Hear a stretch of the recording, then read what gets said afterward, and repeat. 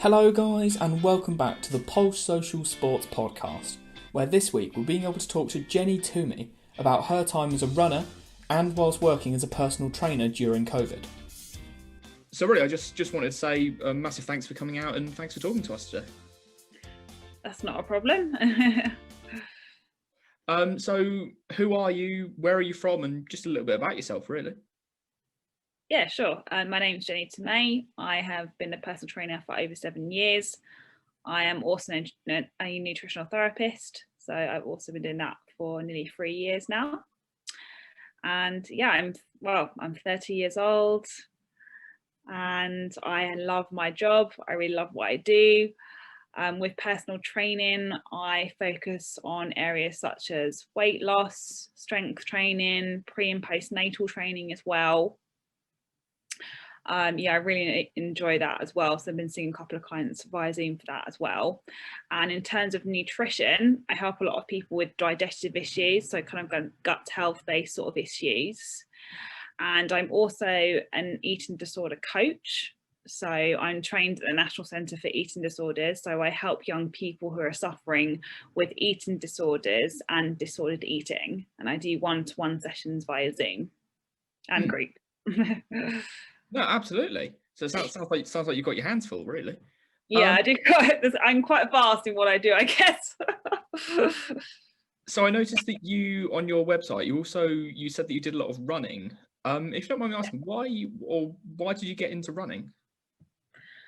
Running. I really enjoyed running because, I started it when I was about, what age did I start? About 22, I guess. Yeah, 21, 22. And, I did my first sort of 5K race, and I was, obviously I was dying after it. And I thought, oh God, that's just terrible. I need to get fitter. And I'm sort of quite goal-oriented sort of person. And I decided, I just wanted to get better, and I just started doing more 5Ks, and I really started to enjoy it. And then, I thought, right, I'm going to get better. And then I did. And then I started doing like more races like every other weekend.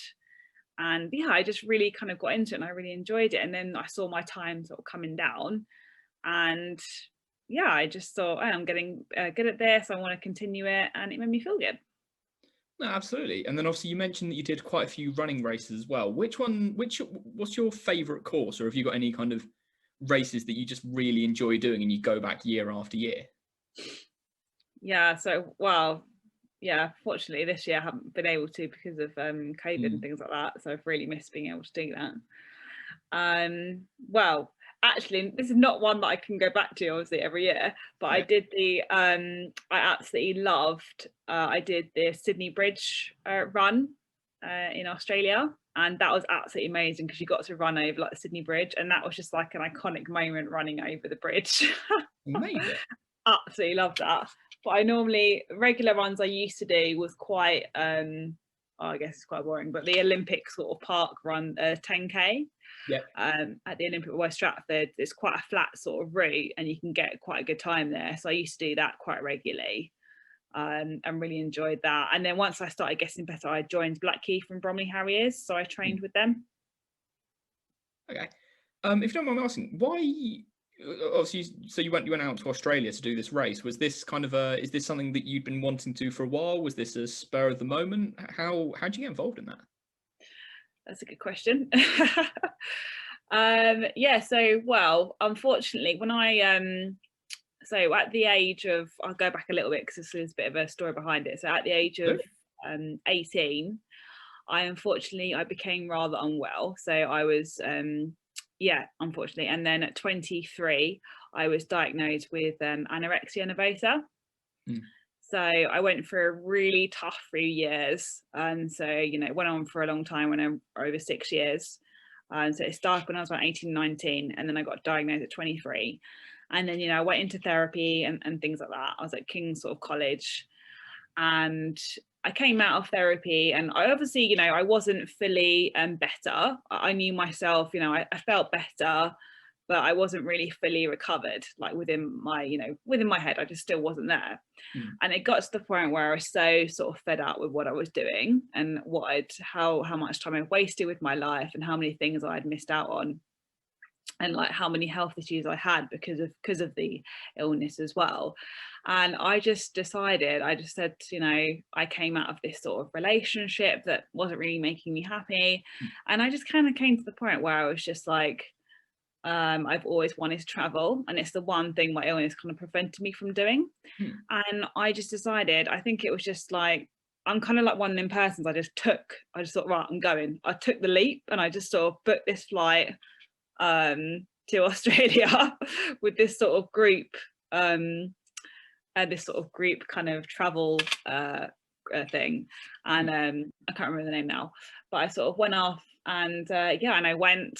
It was terribly daunting at the time because I didn't know what to expect, and obviously I was rather anxious because I've always suffered with a bit of anxiety as well, so it was very tough just to kind of up and leave. But I just left, and then like I just saw, and I was like, right, I went there, spent a couple of weeks there in Sydney, and then I saw that they were doing this run, and I just thought, oh my god, I have to do it. And yeah, and that's how I came to be doing that run. That's amazing. No, obviously well done on the progression. That's really, really good to hear. So obviously you do a lot of running as well. Do you get involved in any other sports at all? Yeah, I do. So, well, I've not been doing so much running this year. So a bit of more, well, because there hasn't been many races going on. So I've been kind of just keeping, you know, ticking over with the fitness, but I play a lot of tennis. So I used to do a lot of tennis. Oh yeah. Yeah. So I love tennis. It's really, I love playing that. Obviously, well, can't do much at the moment because right now, but when we can, I would love to get back out playing sort of tennis again, because it's a completely different sport to running, obviously. Much more sort of technical, you know, involved with it. But I do enjoy a game of tennis. I think it's really fun. And I also do, this is probably going to sound really random, but slalom water skiing. So one ski, slalom. How does that work? So so I've always done water skiing since I was quite young, around 15, 16. I was very lucky. My dad taught me, and I did the 2 skis, so water skiing. And then last year, I wanted a break from training a little bit, from running, because I was doing so much. I needed to give my body a bit of a rest. So I just thought, it's time for a new focus. I was like, what do I do now? So I looked up this water skiing club near me, I just joined it, and I saw that they were doing slalom, so which is one ski. So you see, you got your right foot at the front and my left foot goes to the back. Yep. And I've always wanted to learn, so it's mono skiing. I've always wanted to learn it. Did it a couple of times when I was 19, but never really fully got the gist of it. And I just started progressing, and then there's the course there, the slalom course. You've got like different buoys that you have to get around. So you have to go from like each side. So you have to like make the turn, then you go to the next turn, then you go to the third, and then the fourth, and then there's 6 buoys that you have to get around. And it gets your adrenaline going. It sounds really interesting. That sounds amazing. It is a cool sport. I have hurt myself a couple of times though. I've bruised my ribs. I fell off. So you got to be careful. It's not can be quite a scary sport, but but I'm enjoying the progression, because actually it's quite hard, and it's I haven't done the whole course yet because COVID kind of put a few setbacks on a couple of things because it's shut, and I've got round 4 buoys so far, so I just need to get around 2 more. So it's kind of like a mental I love a mental challenge. It's just that's phenomenal. Really love to hear that. How did you become involved in personal training? Because obviously you did the running and the skiing on the side. So how did you get involved in personal training? Yeah, so with personal training, I came out of the university. I actually did a business studies degree, funny enough, and I came out, and I just thought that I didn't really feel like, in the end, it wasn't my kind of path where I wanted to go down in the end. And then when I turned around 20, I was 22, and I just thought, you know, I wanted to be a PT. and I wanted to help people. I knew I always wanted to help people. I knew I always loved fitness, and my love for fitness helped me get through the anorexia as well, because it was really something that held me back a lot. And so I just thought, you know what, like I really want to be a role model for people one day. So I thought, I'm going to learn this now, do this course now. And I just decided to become PT, and I did the course, and yeah, I really loved it. And I loved helping people and giving people motivation, giving them more confidence that they can do anything if they can put their mind to it. I love being able to help people and encourage people to do that, because I think we all need that, especially now. Yeah. No, I couldn't agree more.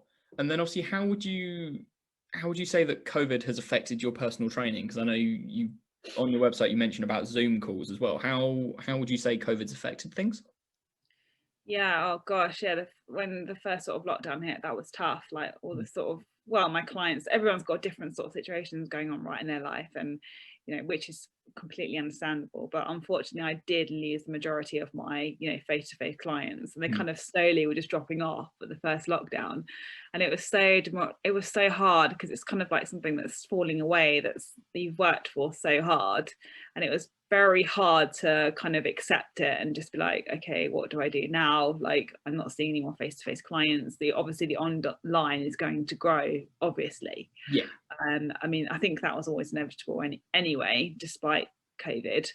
But yeah, I just decided, I was like, right, I've got to get online, and I just started offering Zoom sessions online, and like kind of meal plans as well, and offering like online classes via Zoom, and just decided to do that really. And really, I just tried to be proactive as much as I could in the lockdown, because otherwise you would just, you know, you might get inside your own head, and then, you know, that's not good.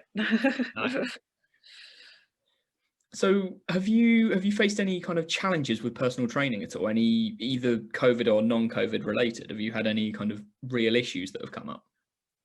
I do find personal training via Zoom a bit of a challenge, because I'm, you know, it's kind of hard to like see, you know, I'm quite a hands-on sort of person, so it's quite hard to kind of see if the client, you know, is doing, you know, the right sort of technique in the Zoom. You know, I love that kind of face-to-face sort of interaction. I'm very much a people person, so I found that sort of very hard to adjust to. But in terms of that, I do think Zoom is effective for sure. But obviously, you know, it's very hard, you know, with the kind of, sometimes with the technique sort of issues and things like that. Yeah, I find that a bit of a struggle sometimes.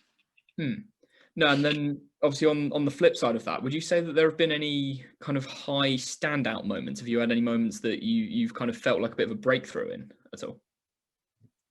What with the online sort of training? Good question. I don't think so at the moment. I mean, I've been PTing. I think it's worked really well. I can see that Zoom sort of sessions, people do want to do them, because I've been doing them throughout lockdown for sure. And I've been doing more nutrition consultations via Zoom as well. So I'll definitely be holding them. I won't be renting out space for a nutrition consultation, because I think more and more people are just being like, okay, I'll just hop on a call. It's fine. I'll hop on Zoom. I think people are coming to terms with the fact that that's okay. I'll do that. That's convenient. I think people are fine with that now.